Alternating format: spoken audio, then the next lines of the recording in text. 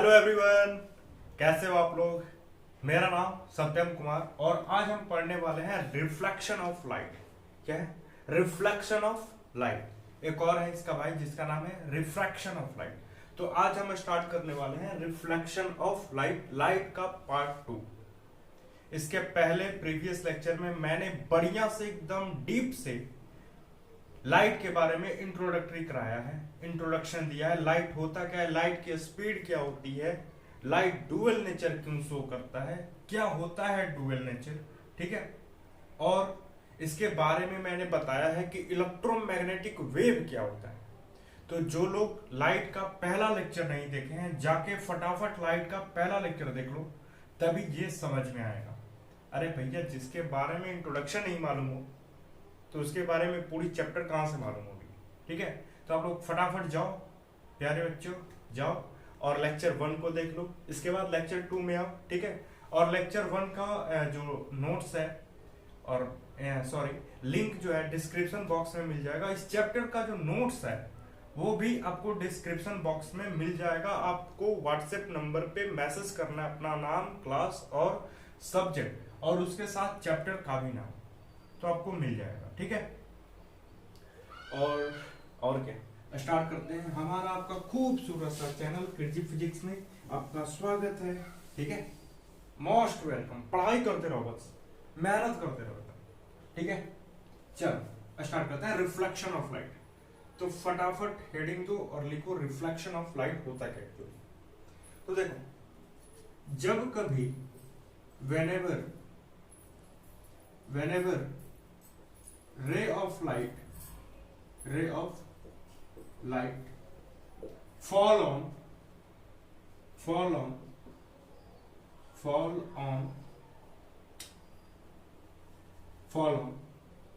highly smooth polish surface, then it retraced back या bounced back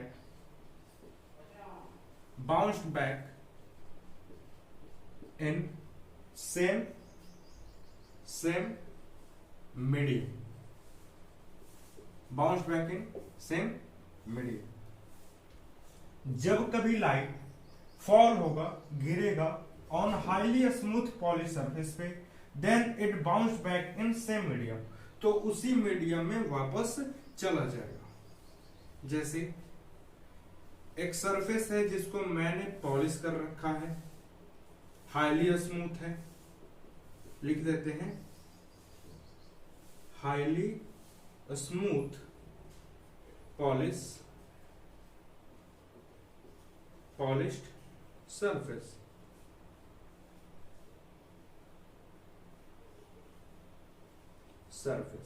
ठीक है, highly smooth polish surface. यहां पे एक रे यहां पे ऐसे जाता है, ठीक है, एक रे ऐसे गया और यहां से ये बाउंस बैक हो गया, ठीक है। इसको बोलते हैं इंसिडेंट रे, इसको बोलते हैं INCEDENT, इंसिडेंट रे, जिसको हम लोग आई से रिप्रेजेंट करते हैं। इसको बोलते हैं reflected ray, REFLECTED, reflected race, जिसको हम लोग आर से रिप्रेजेंट करते हैं। ये होता है आपका प्यारा सा नॉर्मल है, तो प्यारा सा क्यों, प्यारा सा है, स्ट्रेट है, इसीलिए परपेंडिकुलर वालों से मेरा प्यार है। जो लोग परपेंडिकुलर है मतलब पढ़ने में स्ट्रिक्ट है। नॉर्मल NORMAL, जिसको हम लोग कैपिटल N से रिप्रेजेंट करते हैं। नॉर्मल दिखाई दे रहा है, क्लियर? हाँ, एकदम बढ़िया, एकदम कंटाप, ठीक है। देखो, बीच वाला जो डंडी होता है नॉर्मल होता है, ये इंसिडेंट रे होता है, ये रिफ्लेक्टेड रे होता है। देखो, जब कभी ray of light fall on highly smooth polish surface पे, then bounce back in same medium. मान लो कि ये आया है एयर में, तो निकलेगा भी किसमें, वाटर में नहीं, एयर में। सर बॉलिंग कराते हैं,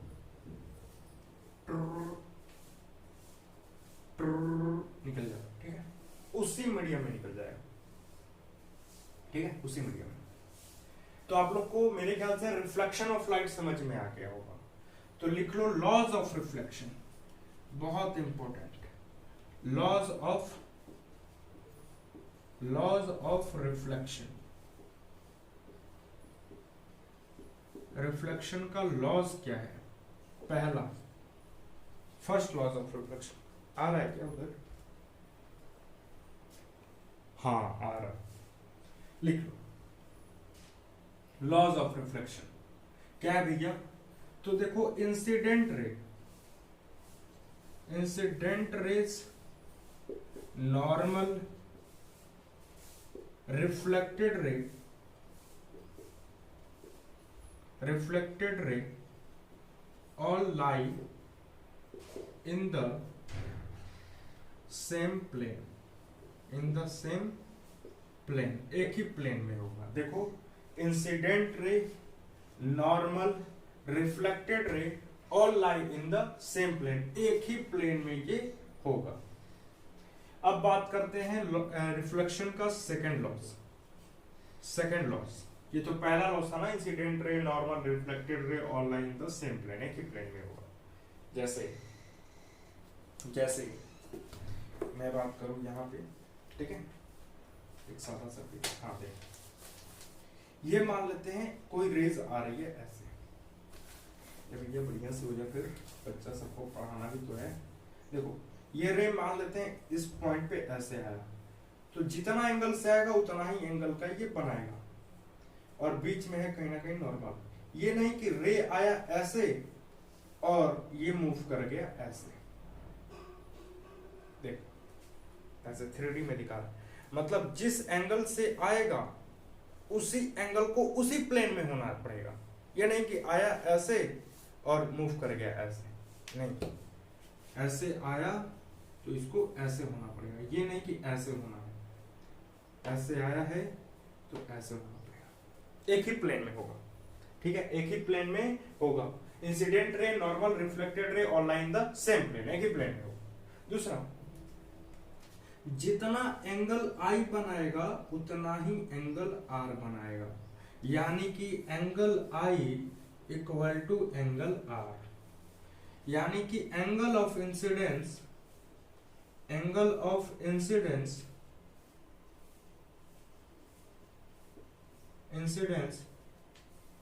is equal to the angle of reflected.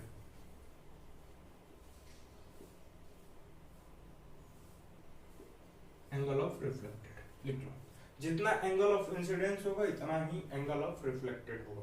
और नोट में डालोगे कि जो नॉर्मल होता है, normal is perpendicular to the surface पे कैसा होता है? परपेंडिकुलर होता है, 90 डिग्री का होता है। नॉर्मल सरफेस पे 90 डिग्री का होता है, ये नोट में लिख लोगे, एकदम नोट में लिख दोगे, ठीक है, बढ़िया से। Normal is perpendicular to the surface, normal हमेशा कैसा होता है? Perpendicular to the surface. ये बात हो गया कंप्लीट। नीचे जगह है क्या? नीचे में जगह नहीं है। चलो इसको लिख लियो, तो हम इसको थोड़ा सा रब कर देंगे, ठीक है। इसी जगह पे एक और पॉइंट लिखना है, हाँ ये भी लिखना है, नेक्स्ट वाला भी लिखना है। अगर यही लाइट नॉर्मल पे आई, देखो ये जितना एंगल से आएगी उतना एंगल से निकल जाएगी। खुदा ना खास्ते ये जो लाइट है नॉर्मल पे आ गया, मतलब यही जो लाइट है वो कैसे आ गया? नॉर्मल पे आ गया। मान लेते हैं ये जो लाइट है ना नॉर्मल पे सीधे आ गया, तो इसी पे क्या हो जाएगा? वापस हो जाएगा। इसी पे क्या होगा? वापस हो जाएगा। इसी पे क्या होगा? वापस हो जाएगा। यानी थीटा की वैल्यू 0 डिग्री। जितना एंगल से आया उसी एंगल से निकल गया, जितना एंगल से आया उसी एंगल से निकल गया। अरे ये वाली वैल्यू 90 डिग्री है, वो बात अलग है, लेकिन देखो जितना एंगल से आया उसी एंगल पे निकल गया, तो थीटा की वैल्यू 0 डिग्री। मतलब angle I equal to 0 degree, angle R equal to 0 degree. कब होगा? जब लाइट नॉर्मल पे आएगा। देखो नॉर्मल पे जब लाइट आएगा, यानी भैया ये मत समझो नॉर्मल है, ये नॉर्मल है सरफेस से 90 डिग्री, लेकिन एंगल और रिफ्लेक्टेड के बीच में कितना डिग्री है? 0 डिग्री है। Angle I equal to angle R, जितना पे मैंने बॉल को कराया उसी को वापस आ गया, उसी पे वापस आ गया, यानी थीटा की वैल्यू 0 डिग्री। समझ में आ रहा? अगर लाइट नॉर्मल पे जाएगा तो उसी पाथ पे वापस हो जाएगा। इसको नोट कर लिए? चल रब करते हैं, इसको बढ़ते हैं अगले स्टेप पे। इसको हम रब कर दें। चलो ठीक है, वीडियो को पोस्ट करो, वहां से लिख सकते हो। अरे क्लास में नहीं बैठे हो भाई, ठीक है? वीडियो को पुश करो, वहां से फिर छापो। क्या सर? ठीक है,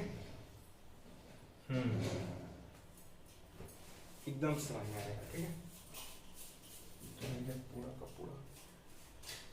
चलो इसको पूरे को रब कर देते हैं। लॉस समझ में आ गया ना?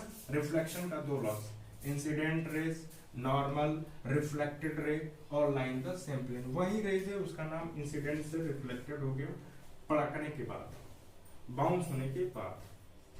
जो लोग भोजपुरी वाले हैं समझ रहे होंगे। पड़कने का मतलब होता है जब हमको बॉलिंग कराते थे तो बॉल पड़कता है तो जाता है इधर से उधर, पड़क के रख गया। ठीक है,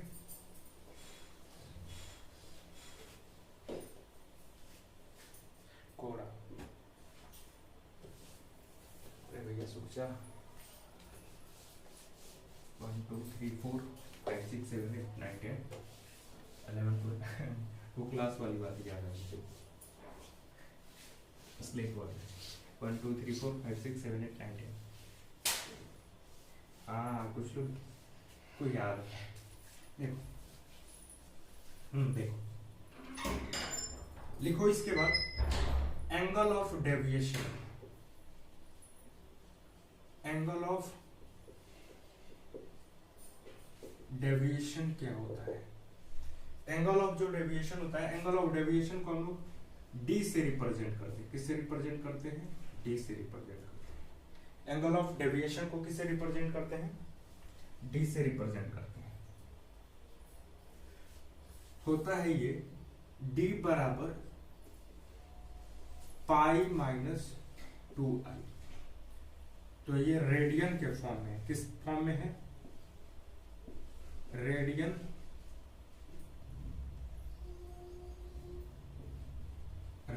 के फॉर्म में है, फॉर्म में लिखा जाएगा। हमको अपने तरीका से, मतलब नॉर्मल 10th वाले बच्चे, ये देखो पाई का मतलब होता है 180, पाई का वैल्यू होता है 180 डिग्री, पाई का वैल्यू होता है। तो इसको लिखेंगे 180 माइनस 2i, 180 माइनस 2i। ठीक है, एंगल ऑफ डेविएशन क्या होता है? 180 माइनस 2i। जैसे मैं बता दूं क्यों होता है 180 माइनस 2i। देखो ये मान लेते हैं कोई लाइट रेस है,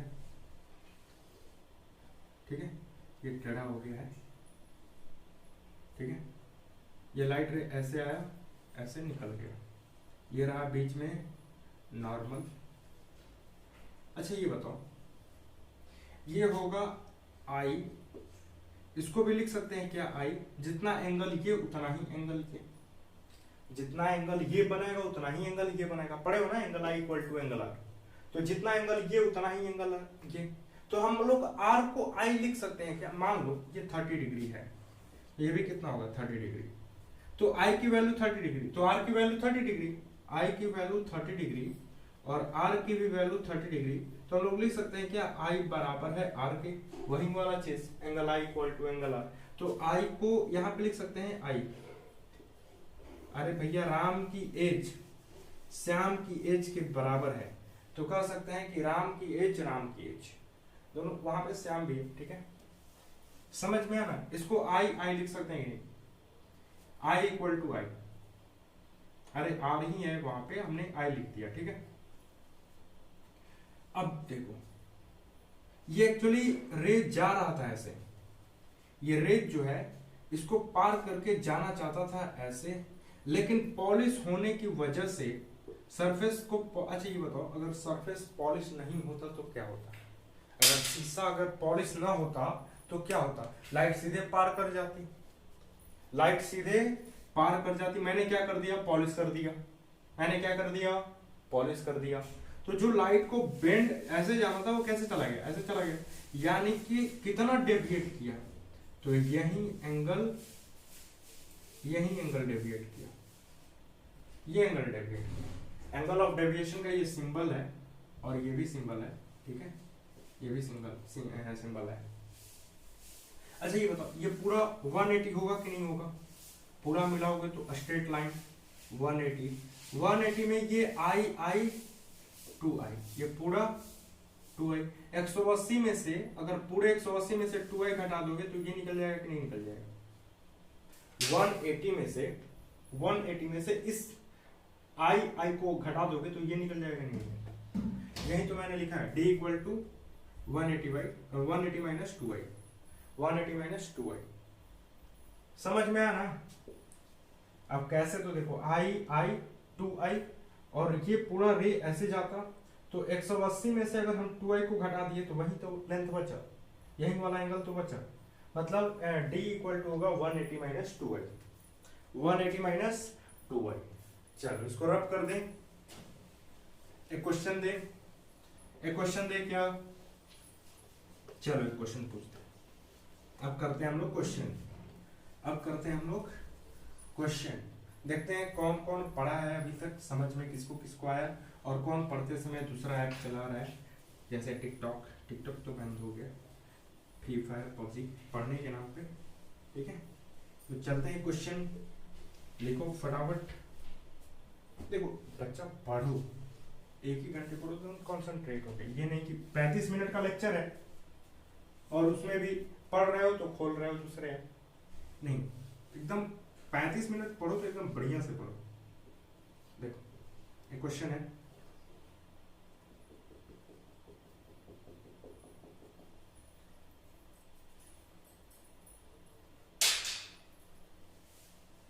ये एंगल बना रहा है 30 डिग्री, ये रहा आपका नॉर्मल,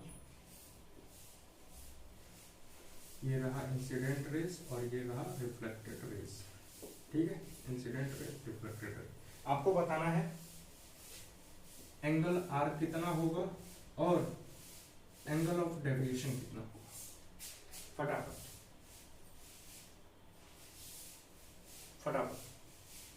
1 2 3 4 5 6 7 8 9 10, वीडियो को पुश करो फिर सॉल्व करो। चलो हम सॉल्व करते हैं। देखो ये नॉर्मल 90 डिग्री पे होगा क्या, ये पूरा नॉर्मल 90 डिग्री, जब 90 में 30 है तो 60 है, तो ये भी 60, जितना एंगल आई उतना ही एंगल आर, यानी एंगल आर कितना 60 डिग्री। अच्छा हमको क्या निकालना, angle of deviation, angle of deviation का फॉर्मूला होता है 180 minus 2i, 180 minus 2i, 180 minus 2, आई की जगह देखो आई कितनी है 60 डिग्री, यानी 60 डिग्री कितना हो जाएगा 180 माइनस 6 दूना 12 120 कितना हो जाएगा 60 डिग्री। एंगल ऑफ डेविएशन कितना होगा 60 डिग्री। हो गया सॉल्व। अच्छा पूछोगे कैसे तो बता देते हैं, एंगल आर वाला तो समझ में आ गया होगा। अच्छा ये बताओ ये रेस अगर पॉलिश ना होता तो किधर जाता, इधर जाता क्या, अगर ये रेस ये सरफेस पॉलिश ना होता तो इधर जाता, बिल्कुल जाता सर। ये वाला 60 डिग्री, ये वाला 60 डिग्री, ये होगा क्या एंगल ऑफ डेविएशन। तो पूरे 180 में से अगर हम 180 में से हम ये वाला पार्ट अगर कट कर दें, ये वाला पार्ट कट कर दें तो यही वाला पार्ट बचेगा, ये वाला पार्ट बचेगा, ये वाला।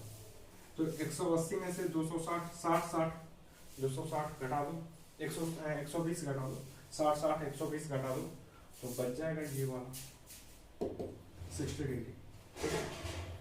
चलो रब कर दे फटाफट, एक और क्वेश्चन देते हैं, इसी पे एक और क्वेश्चन देते हैं, देखते हैं कौन बनाता है। 1 2 3 4 जल्दी करो क्वेश्चन को फटाफट। लो ये रहा सवाल आपके स्क्रीन बोर्ड पे, व्हाइट बोर्ड पे। 1 2 3 4 5 6 7 8 9, ठीक है। ये रहा इंसिडेंट रेस। ओहो, लग रहा है पैराबोलिक क्या बना रहा है भाई,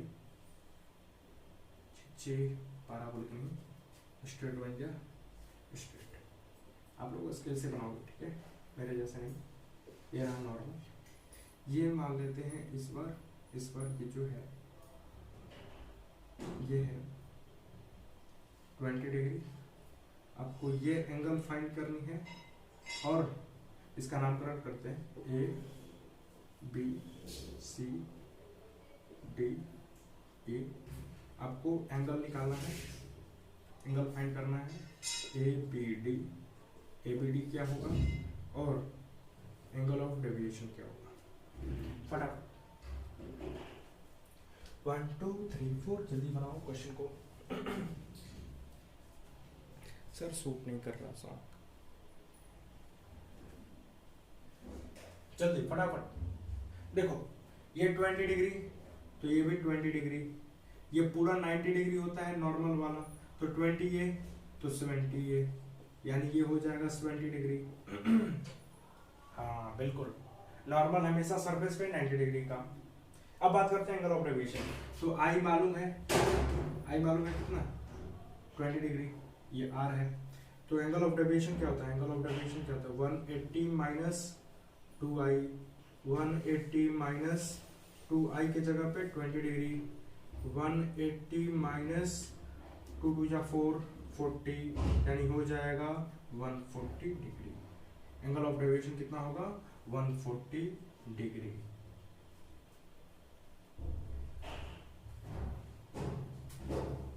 हाँ बिल्कुल दिखाई दे रहा है, फटाफट बनाओगे। एंगल ऑफ डेविएशन कितना होगा 140 डिग्री। चलो आप लोग को एंगल ऑफ डेविएशन भी निकालने आ गया, ठीक है। एक क्वेश्चन है एम करीम का, देते हैं, देखते हैं किससे बनता है, देख लेते हैं कहाँ है भैया बुक। बच्चा सबको देना है क्वेश्चन, आ जा निकल जा बराबर। हाँ, calculate the deviation of the angle of 60 degree. हाँ दे रहा है, आई की वैल्यू 60 है, 60 डिग्री है, आपको एंगल ऑफ डेविएशन चाहिए। तो एंगल ऑफ डेविएशन कितना होगा 180 माइनस 2i, 180 अभी जस्ट क्वेश्चन ये बनाया है, 2i की जगह पे 60, यानी हो जाएगा कितना, ये मल्टीप्लाई है, कितना हो जाएगा 180, ठीक है, 180 माइनस 120, यानी हो जाएगा 60 डिग्री एंगल ऑफ डेविएशन। हो गया कंप्लीट। चलो नेक्स्ट क्वेश्चन निकालोगे। आई की वैल्यू 30 डिग्री, आई की वैल्यू 30 डिग्री, आई की वैल्यू 30 डिग्री है, क्वेश्चन में दे रखा। आप बनाओ जल्दी फटाफट।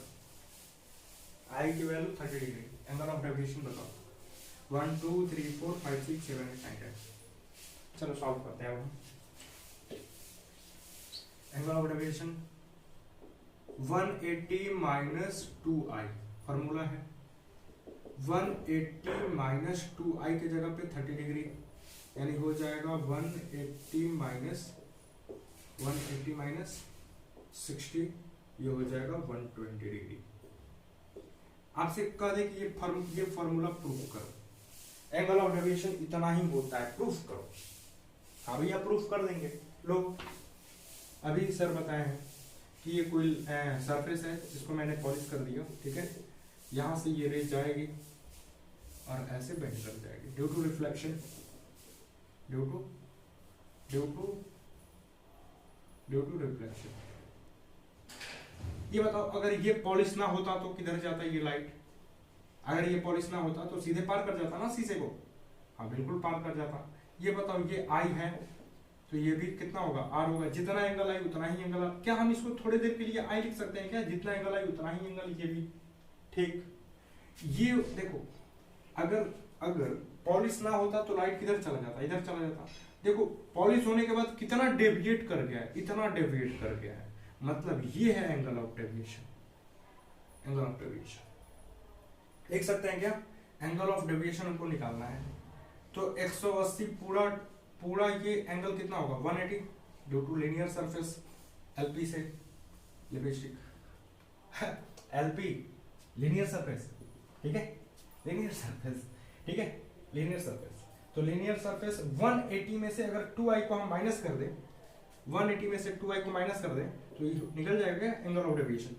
एंगल ऑफ डेविएशन फाइंड होगा कि नहीं होगा, बता दो बता दो भैया। लग रहा है कि स्पीड ज्यादा होगी, नहीं उसको थोड़ा कम कर दें भैया। देखो लीनियर सरफेस है, 180 बनाएगा ये, जिसमें i 2i है, 180 में से 2i को माइनस कर दे तो यही तो एंगल बचेगा, यही तो एंगल बचेगा। हो गया एंगल ऑफ डेविएशन का फॉर्मूला 180 माइनस 2i, सिद्ध हो गया। चलो बढ़ते हैं आगे।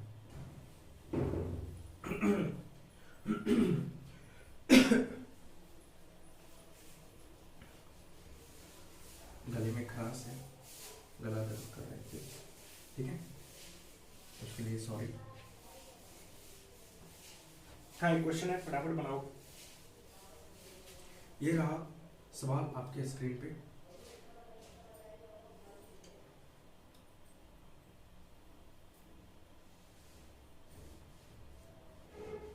ये रहा सवाल आपके स्क्रीन पे। जो बनाएगा जीत जाएगा। ये दो प्लेन मिरर है, ठीक है, एक ऐसे रखा हुआ है और एक ऐसे रखा हुआ है, ठीक है। हाँ अभी अभी पढ़ा रहे हैं, तो वो हमारे तरह एक मिनट लाइव चल रहा है अभी। देखो बेटा ये दो प्लेन मिरर है, ठीक है, मतलब एक शीशे को ऐसे रखा गया है, दूसरे शीशे को ऐसे रखा गया। एक लाइट रेज जो है ऐसे जा रही है, ठीक है, और फिर ऐसे, उसी पे ये लाइट रे वापस हो रहा है, ठीक है। तो ये दे रखा है, गलती के लिए थोड़ी सॉरी इसके लिए, ठीक है, बड़ी मम्मी थी और ठीक है। क्वेश्चन पे आते हैं, देखो क्वेश्चन डिस्टर्बेंस नहीं, ठीक है। ये जो है एंगल 30 डिग्री है, ठीक है, 30 डिग्री। तो जितना एंगल ये होगा उतना ही एंगल ये होगा। पहले तो क्वेश्चन आप सॉल्व करो, मैं क्यों करूँ। ये थीटा की वैल्यू फाइंड करनी है, चलो बना। ये लाइट रे आया है, फिर इस पे और इसी पे वापस आ गया, चलो बना। 1 2 3 4, बस 5 सेकंड का टाइम है, जल्दी फटाफट बनाओ। सर आपको हम कैसे बनाए, चलो बनाओ, सब कोशिश करो 1 मिनट 2 मिनट 3 मिनट वीडियो को पुश करो फिर सॉल्व करो। आगे तो फिर पढ़ना ही है ना, वीडियो को पुश करो फिर सॉल्व करो। 1 2 3 4, चलो आइडिया तो मिल गया होगा।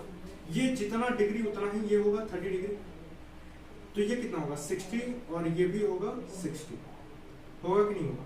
आप पढ़े हो कि 90 डिग्री पे जब नॉर्मल पे लाइट जाएगा तो उसी पे वापस आ जाएगा, यानी ये वैल्यू 90 डिग्री, तो 90 60 तो ये कितना हो जाएगा 30 डिग्री। एक ट्रायंगल का सम 180 होता है, एक ट्रायंगल का सम 180 होता है, तो 90 ये 60 ये तो 30 ये, 90 ये 60 ये 30 ये, ठीक है, सॉल्व हो गया ना। अरे भैया देखो देखो देखो एक बार फिर से तुम क्वेश्चन को समझो। ये 30 डिग्री से जा रहा है तो ये भी 30 डिग्री होगा कि नहीं होगा। तो नीचे वाला 60, इधर भी 60 होगा, इधर भी 60 होगा, हाँ ठीक है बिल्कुल। सरफेस पे नॉर्मली जाएगा तो 90 थीटा की वैल्यू 90 डिग्री, यहाँ पे 90 डिग्री होगी, ठीक है, यहाँ पे 90 डिग्री। मैंने बताया ना कि नॉर्मल पे जाएगा तो उसी पे वापस हो जाएगा, थीटा की वैल्यू 90 डिग्री। देखो वही काम यहाँ पे भी हो रहा है। तो 90 ये 60 ये तो ये 30 डिग्री, थीटा की वैल्यू 30 डिग्री फाइंड आउट हो गया। लो हल हुआ क्वेश्चन, बन गया हल हुआ क्वेश्चन। 1 2 3 4 कर लोगे ना। अरे भैया मेरे को भूलती हो गया इसलिए 1 2 3 4 तो सर 4 तक थोड़ी ना है, आगे बढ़ो, इनफाइनाइटली नंबर है, ठीक है। चल एक नेक्स्ट क्वेश्चन लो फटाफट, यह है एम करीम का।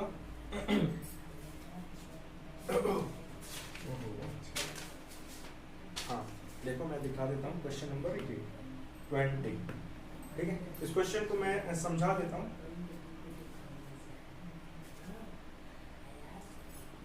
ये कोई सरफेस है, ठीक है, और एक सरफेस को ऐसे एक मिरर को ऐसे रखा गया है, एक मिरर को ऐसे रखा गया, एक रे आया फिर ऐसे, ठीक है,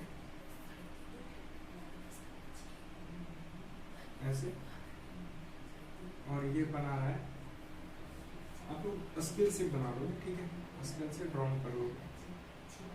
ये बना रहा है 45 डिग्री, और ये जो है निकल गया ऐसे। कुछ इस तरह से इस सिस्टम को रखा गया है, इस मिरर को कुछ इस तरह से रखा गया है। जब लाइट के 45 डिग्री से इस सरफेस पे, इस मिरर पे गया तो ऐसे जाएगा। इस मिरर पे जाने के बाद वो जो लाइट रेज है इसके पैरेलल हो गया, इसके पैरेलल हो गया, देखो इसके पैरेलल हो गया। अब कुछ समझ में आ रहा है, आइडिया आ रहा है? सरफेस से पैरेलल हो गया, हाँ ये है, सरफेस से पैरेलल हो गया, सरफेस से पैरेलल, सरफेस से पैरेलल, ठीक है, क्वेश्चन में है ये। तो यहां से ऐसे ड्रॉ करोगे, इसका नॉर्मल ये, इसका नॉर्मल ये कितना होगा 45 डिग्री, ये भी कितना होगा 45 डिग्री, ये भी कितना होगा 45 डिग्री, होगा कि नहीं होगा? देखो इधर भी 90, 45, 45, इधर भी 90, 45, 45, जितना एंगल की उतना ही एंगल है, ठीक। अच्छा इसको हम मान ले क्या थीटा एंगल, तो ये भी क्या होगा थीटा होगा, थीटा होगा कि नहीं होगा? आप ही बताओ। इस एंगल को हम थीटा माना, तो ये भी थीटा होगा, जितना एंगल ये उतना ही एंगल। अगर ये वाला पूरा 90 होगा कि नहीं होगा 90, तो जिसमें ये थीटा है तो ये कितना होगा 90 माइनस थीटा। ये पूरा एंगल 90 है, जिसमें ये थीटा है तो ये कितना होगा? देखो क्वेश्चन को हम समझा देते हैं आपको। ये टर्म 90 है, पूरा 90 है, जिसमें ये वैल्यू थीटा है, तो ये कितना होगा? तो पूरे 90 में से इस थीटा को घटा दोगे तो यही तो बचेगा 90 माइनस थीटा। 90 में से थीटा को घटा दो 90 माइनस थीटा, समझ में आया? ये पूरा 90, ये थीटा को माइनस करोगे 90 माइनस थीटा। तो अगर हम देखें क्या ये पैरेलल है? हाँ बिल्कुल पैरेलल है। तो पैरेलल वाला पढ़े हो क्या ऐसे, ये वाला साइड और ये साइड दोनों के दोनों एक्स वाई, मान रखें ये एक्स है दूसरा वाई है, x प्लस वाई 180 के बराबर होगा कि नहीं होगा? पढ़े हो ना इसको पैरेलल में, पैरेलल वाला पूरा, हाँ 8th क्लास का ये चीज है। तो ये पूरा और ये वाला देखो, ये वाला और ये पूरा थीटा थीटा 2 थीटा, और ये किसके बराबर होगा? किसके बराबर होगा? 180 के बराबर होगा। यानी कि थीटा प्लस ये 45 डिग्री किसके बराबर होगा? 180 के बराबर होगा, यानी थीटा प्लस थीटा, यानी थीटा थीटा को लिख सकते हैं क्या 2 theta plus 145 degree equal to 180 degree, यानी कि 2 थीटा इक्वल टू हो जाएगा 180 डिग्री माइनस 45 डिग्री, यानी कि ये हो जाएगा 135 इक्वल टू थीटा, 2 थीटा। 180 में से 45 घटा दो, 180 में 45 घटा दो 35, 135, तो 2 थीटा, यानी थीटा इक्वल टू 135 डिवाइड 2 हो जाएगा 67.5 डिग्री। कितना हो जाएगा 67.5 डिग्री, थीटा की वैल्यू 67.5 डिग्री। ठीक है, बिल्कुल ठीक है। अब रख लो 90 माइनस थीटा, 90 माइनस थीटा, तो 90 ठीक है, थीटा की वैल्यू 67 0.5 आ जाएगा 22.5 डिग्री। यही होगा आंसर। दिखाई दे रहा है क्या बोर्ड पे क्लियर? ले नहीं दिखाई दे रहा है तो यहाँ से हटाओ इसको हम बना देते हैं यहाँ पे बना देते हैं। थीटा की वैल्यू 67.5 डिग्री, ये तो दिखाई दे रहा है ना? हाँ 67.5 डिग्री। तो आपके पास है 90 minus theta equal to what? तो 90 में से 67.5 को घटाओगे तो आपको मिलेगा 22.5 डिग्री। कितना मिलेगा? 22.5 डिग्री। यानी कितना होगा? 22.5 डिग्री। ये कितना होगा? 22.5 डिग्री। आ गया समझ में ना? आया कि नहीं आया? आया कि नहीं आया? अरे भैया जोड़ लो ना, यहाँ पे जोड़ो, इसको सोल्व हो जाए।